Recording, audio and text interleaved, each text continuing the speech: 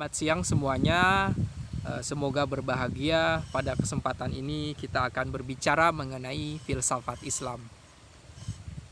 Jadi filsafat Islam suatu hasanah ilmu pengetahuan yang dimiliki oleh umat Islam, dan tentu saja ini adalah hasil dari saling berbagi dengan peradaban.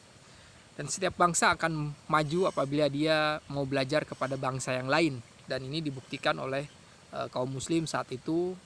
Dia menerjemahkan karya-karya orang Yunani dan menyeleksinya mungkin menurut yang mereka prioritaskan.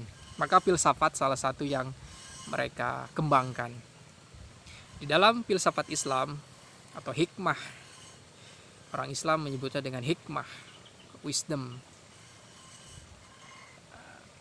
menjadi sesuatu yang sangat menarik. Di dalam tradisi filsafat Islam, filosof pertama dikenal bernama Al-Kindi ya. Setelah itu ada Al-Farabi, kemudian ada Ikhwanus Sofa, kelompok Ikhwanus Sofa, kemudian ada Ibnu Sina, kemudian ada Al-Ghazali, kemudian ada Suhrawardi, Al-Maktul. Kemudian kabarnya puncaknya dari filsafat Islam itu adalah pendiri mazhab Hikmatul Muta'aliyah, yaitu Mula Sadra.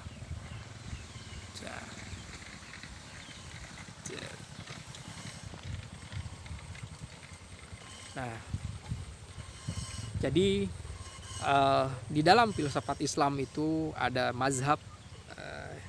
mazhabnya yang sesuai dengan kecenderungan dan metode dan metodologinya.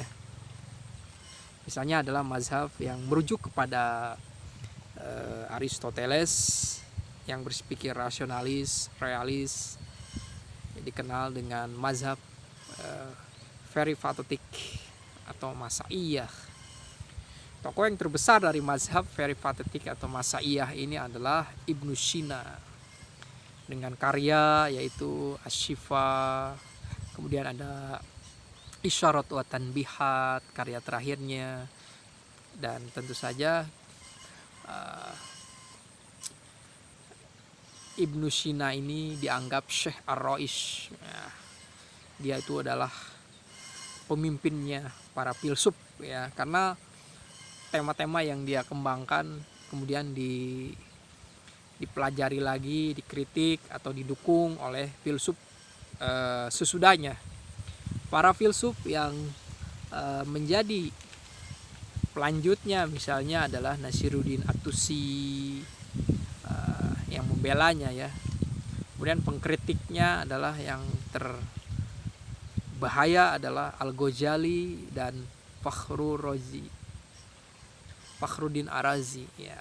Jadi Al-Ghazali menulis Tahafut Al-Falasifah untuk mengkritik pemikiran Ibnu Sina. Misalnya alam ini diciptakan dari ketiadaan. Menurut Al-Ghazali berbeda dengan pandangan dari Ibnu Sina yang menyatakan alam itu sudah ada, maka dia menjadi aktual karena potensinya sudah ada. Mustahil sesuatu yang ada berasal dari ketiadaan gitu. Dan posisi ini berefek pada sesuatu yang bersifat teologis. Bagaimana mungkin makhluk itu ada bersama dengan keberadaan Tuhan? Apakah ada dualisme? Nah, di sini Al-Ghazali memilih untuk menyatakan bahwa makhluk itu tidak ada. Maka segala sesuatu makhluk itu ya awalnya tidak ada gitu. Dan permasalahan 20 lainnya yang nanti kritik oleh Al-Ghazali ya. Konon katanya filsafat Islam telah habis dikritik oleh Al-Ghazali. Setelah itu, setelah ada mazhab peripatetik atau Masaiyah, ada mazhab kedua yaitu mazhab yang dikembangkan oleh seorang sufi, seorang pelaku gnosis ya, ma'rifah, yaitu Suhrawardi. Syekh Al-Israq Shihabuddin Suhrawardi, dan ada gelarnya Al-Maktul yang terbunuh di usia muda oleh kekuasaan Salahuddin Al-Ayyubi di Mesir. Dia sebagai pendiri mazhab Hikmah Al-Israqiyah, Hikmatul Israqiyah atau Iluminasi. Nah, perbedaannya tentu saja secara metode dan metodologi juga. Kalau Masya'iyah menggunakan metode rasionalitas atau demonstratif, maka menurut Syekh Al-Israq, suatu kebenaran itu harus ditemukan dengan ketajaman batin juga. Dia menggunakan pengalaman sofistik. Pengalaman sofistik tentang juga setelah itu pengalaman sofistik inilah yang akan membimbing si seseorang dalam berlogikanya juga gitu. Jadi seseorang itu dikatakan filosof yang sempurna atau filsuf yang tam dan filsuf yang nakis gitu ya. Jadi dengan caranya seseorang itu harus mengalami makom isbat dan makom subut. Nah, kalau makom subut adalah seseorang itu dia mengalami dulu, dia mendapatkan pencerahan, mendapatkan pengetahuan secara langsung atau mendapatkan suatu kesadaran mengenai sesuatu atau terbukanya kepada realitas sesuatu, makom subut. Lalu dia juga harus bisa mengartikulasikannya secara logika yang benar, tatanan rasionalitas, mungkin di sini itu makom isbat. Nah, jadi seorang filsuf itu yang lengkap itu ya tam itu harus bisa memahami, bisa mengalami makom isbat dan makom subut itu. Kalau hanya salah satunya saja maka tidak sempurna atau tam atau nakis. Jadi setelah mazhab hikmah Masya'iyah verifatatif dan mazhab Israqiyah atau iluminasi, kemudian ada mazhab yang terakhir hikmah muta'aliyah yang didirikan oleh Sadra Muta'alihin atau Syekh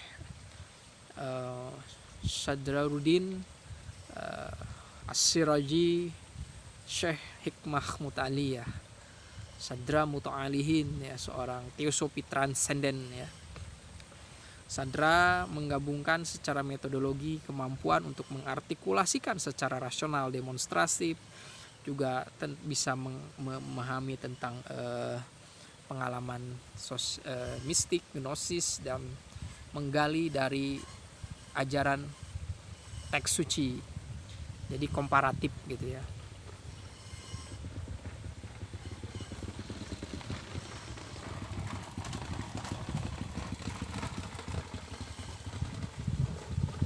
Nah, di sanalah persamaan perbedaannya. Jadi hikmah muta'aliyah dengan karya yang terkenalnya itu Al-Asfar Al-Arba'ah gitu ya. Juga dengan karya yang lain juga. Dan yang pasti hikmah muta'aliyah ini mengembalikan filsafat kepada pembahasan yang sangat mendasar, yaitu tentang wujud gitu kan. Pada Ibnu Sina juga setelah dijelaskan mengenai tentang wujud, wajibul wujud, mungkin wujud. Nah, di sini yang pasti menggarisbawahi bahwa realitas itu bersifat tak terbatas, tidak bisa didefinisikan, sederhana, itulah wujud. Dan segala sesuatu pemikiran itu harus berdasarkan kepada realitas ada. Kita memikirkan sesuatu itu ada atau tidak ada. Karena bisa dipikirkan maka dia ada. Karena ia bisa dibicarakan maka dia ada. Tapi persoalannya adanya itu ada seperti apa? Apakah ada di dalam pikiran, alam internal, atau dalam eksternal? Atau dia melampaui internalitas dan eksternalitas pemikiran kita atau pencerapan indrawi kita? Nah, ada ini saking jelasnya kata Mullah Sadra, sehingga kita tidak bisa mendefinisikannya, membagi-baginya, bahkan merumuskannya. Tetapi kita membutuhkan rumusan konsepsi mengenai ada. Nah, disinilah hikmah muta'aliyah berperan menjelaskan tentang konsep sholatul wujud, dan berbagai yang lainnya ya. Jadi menarik sekali tentang filsafat Islam itu. Kita akan membahas tentang filsafat Islam di kesempatan yang lain. Terima kasih.